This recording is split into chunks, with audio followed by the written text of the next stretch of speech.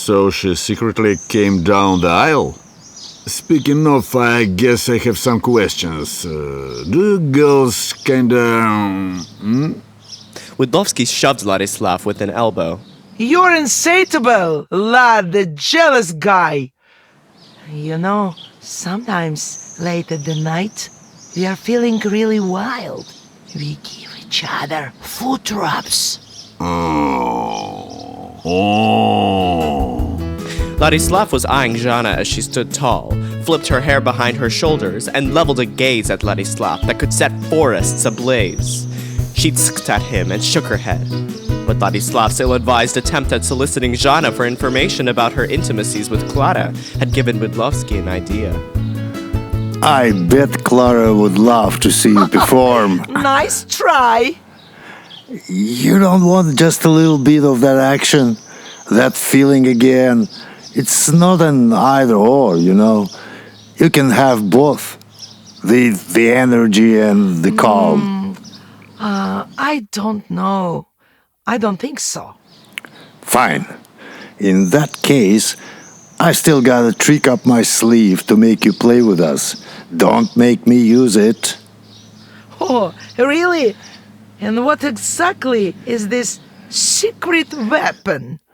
I'll ask you nicely. You bastard! Ladislav hadn't spent this much time with Jana in a long time. He doubted they had spent this much time together when they were married, but he had to do this. He had to offer Widlowski something, if only to help him figure out for himself that he wanted to be here. Ladislav took Jana aside, away from Widlowski's earshot. Jean, can I ask you nicely? Hell no, lad! Okay. Please, don't tell me the name of that music club we used to visit. Resurrection? Revelation? Revival! I forgot to remember to forget. Thanks, Jean. Ladislav hugged her tightly before he stepped away to rejoin Widlowski and head towards the car. He could feel Jana's eyes on his back as he turned away, and he knew then that they had made the right choice, that divorcing had brought them closer together than marriage ever had. Now, Ladislav could give Widlowski the chance that he'd never had. At least not with Jana. Ladislav grinned at Widlowski as he climbed into the car and turned it on.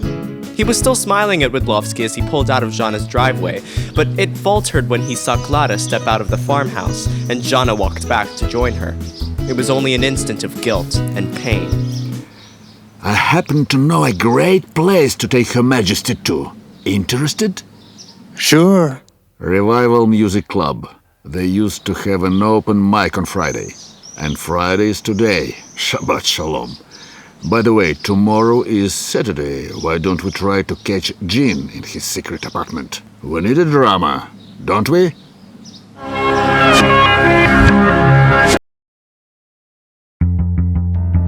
Beata stood in the kitchen of her home, stirring a pot absently. She could hear the television from the living room, knowing that her husband was watching it while she made them dinner. It was some program or other about the KGB, so Beata mostly tuned it out while she tended to her sauce. It was an easy meal, one she only had to pay half her attention in order not to burn it.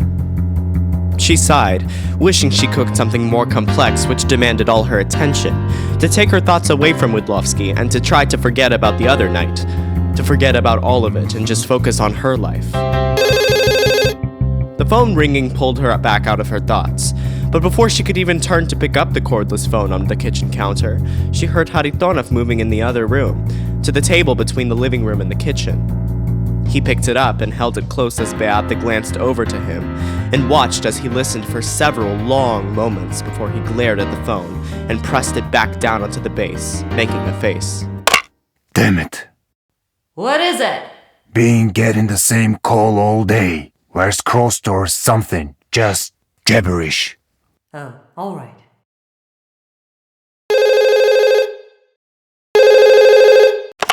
Hello? Don't bother! Beata held the phone to her ear, and a smile crept onto her face as she heard the strange, nonsensical noise.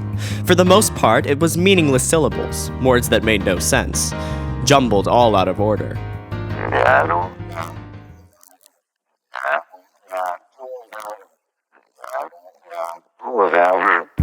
She closed her eyes, feeling her heart continue to pound in her chest. It was almost deafening. She walked over to the far cabinet where they kept all of the junk they meant to eventually throw out. Kneeling, she opened it quietly and pulled out the old tape recorder. She'd never been able to throw it out, even after all these years. Not even Haritonov knew that it had been a gift. One of the last things Widlovsky had ever gotten her before that fateful day. She hit record and held her breath.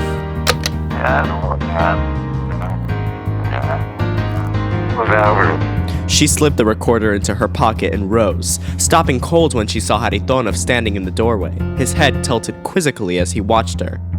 He arched a brow and Beata smiled, grabbing a strainer from the next cabinet over.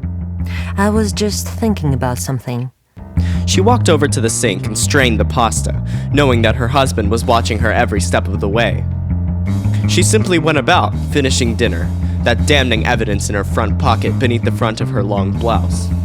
Dinner had felt like hours, but by the time they were done eating and everything was cleaned up, she walked over to the kitchen, looking down at the recorder she now held in her hand. For a moment, she thought about not playing it, but there was a part of her that shouted at her to listen to the hidden message. She couldn't help her silly, ridiculous smile as she turned the volume down so that it wouldn't disturb Haritonov, and pressed play and backward at the same time. The recording played in reverse. Revival 909. Revival 909. She anxiously looked at the clock, deciding what to do. Honey, I just forgot. Teresa asked if I could come over tonight.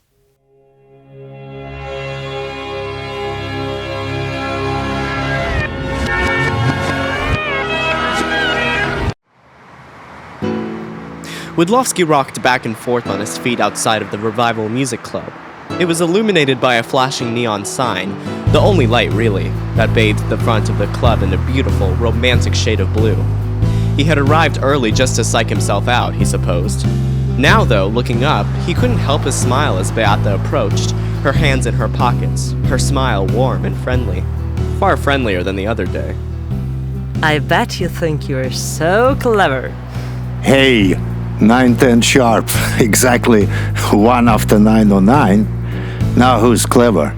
Let's get inside. Ever been here before? What is this? Band practice? I told you I'm not interested in your reunion concert. No, it's not band practice. It's an open mic night.